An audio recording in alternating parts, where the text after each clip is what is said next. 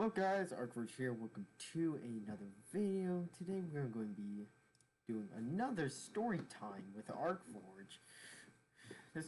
Today we are going to be reading the cover story of Viego, the Ruined King. This is going to be a kind of just continuation of Viego's story from his bio. This is going to be talking about what he is currently doing right now in the League of Legends lore. Without further ado, let's get right into it. She by Rosen. Each time Viego thought of her face, it looked a little different. Sometimes the eyes were just too far apart, or too close together, or her cheeks were a little too thin or a little too wide.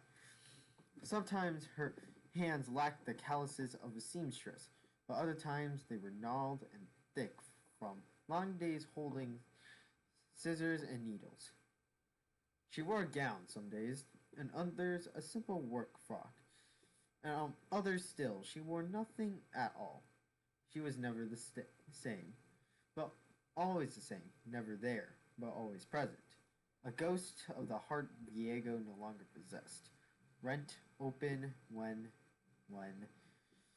Viego, on a shattered, blackened throne at the bottom of the world, slammed his king's blade deeply into the rock beneath, cracking the obsidian and sending a brutal tremor across the entirety of the Shadow Isles.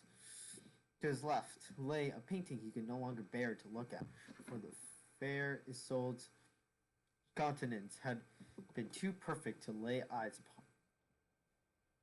Too lovely to grant him any peace or respite, he had torn her away, leaving only the image of a foolish young king who had believed the world was kind centuries before, but who now was rightfully dead, or if not dead, something else. Viego could not remember much of his old country that was not twisted by shadows and anguish. In his memories, he stepped out upon the sandstone streets and only saw Isolde before him. Every fresco on every wall contained her within a painted world that only he could touch, only he could see.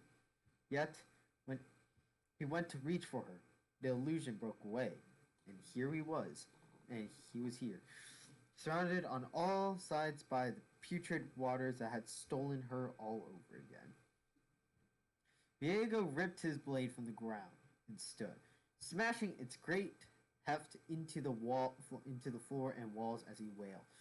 Then he was still for a long while, regarding the ancient painting from the old kingdom as if he had seen something new. Regarding himself as he was before the isles had been swallowed up by darkness. Viego, he said, so handsome, so young. What became of you, Viego? Where have you gone? He dropped the painting to the floor, its frame cracking awkwardly on the canvas crumpled beneath it. Where are you, Isolde? Said Viego. Why won't you come back to me? But he already knew the answer. To most, the black mist is a plague, a vector for monstrous life-sucking wraiths to assault the living and steal them away until the sun dies and the world crumbles into nothing. To Viego, it is his great, unending sadness pouring ceaselessly from his broken heart, a testament to his love of better days long gone by, and a cruel reminder of what was taken from him so long ago.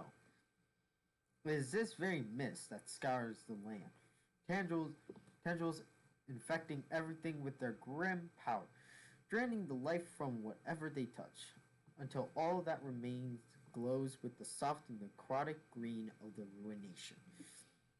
Yet this too has a purpose, for as Viego's sadness ebbs and wanes, the mist surges forward, searching as if drawn to something old, familiar, safe.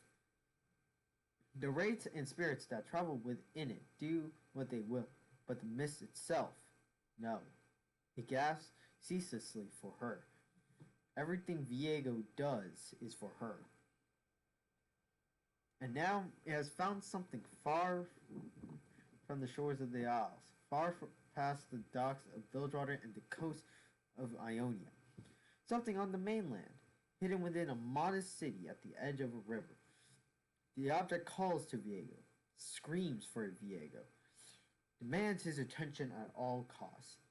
And though the people wail, though they run from the blanket of death that rolls softly across their homes and fields, though the wraiths shriek and the horrors stir to feed, Viego hears but one voice, and one voice alone.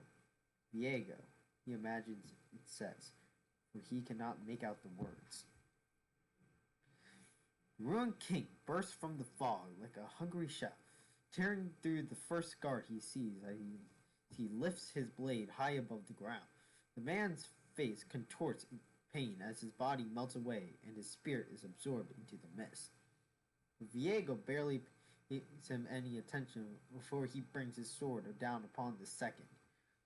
Everywhere around him, ghouls feast upon the living, tearing them apart as their souls are dragged away to join the king's legions. Searing flesh sails through the air, arrows tumble across space, swords clatter and warriors fall. It does not matter to Viego.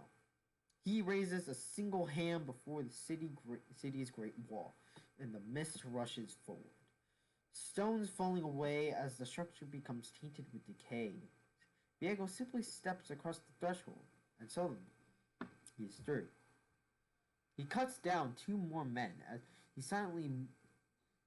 he moves silently toward the source of the voice. Then another. They mean nothing. None of them bear any weight, and not one matters at all. Their spirits simply rise behind him to do as he wills.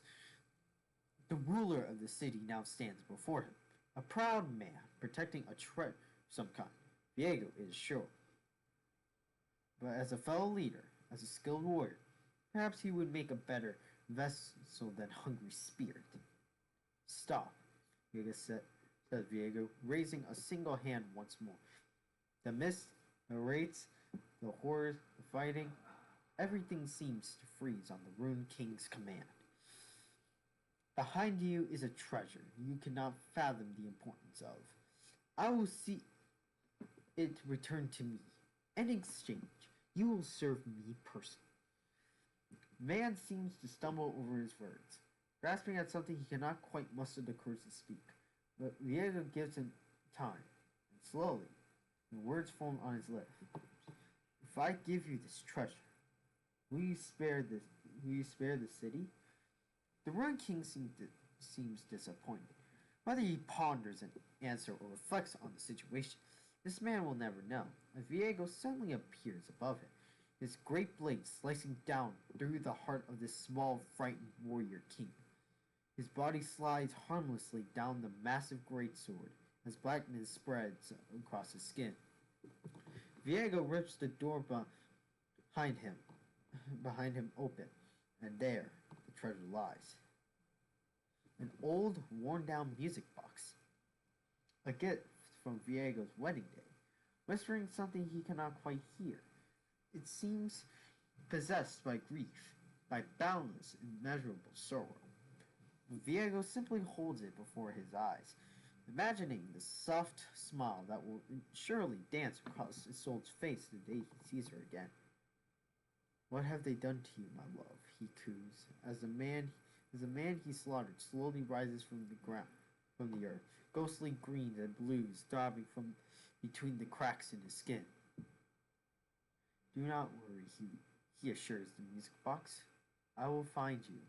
It is simply a matter of time. And with that, Viego is gone, vanishing as wraiths devour the city. And that's going to be it for Viego's cover story. Overall, this explains overall, as he's doing right now, he is still in search for his long lost love, Isolde, which one of the first places that he stops by is the island of Ionia, where he finds a nice little music box that that reminds him of his wedding day, and also reminds him of what he must do in order to bring back his love. Anyway, that's going to be it for today's video. I hope you all enjoyed, and I'll see you guys next one. Farewell.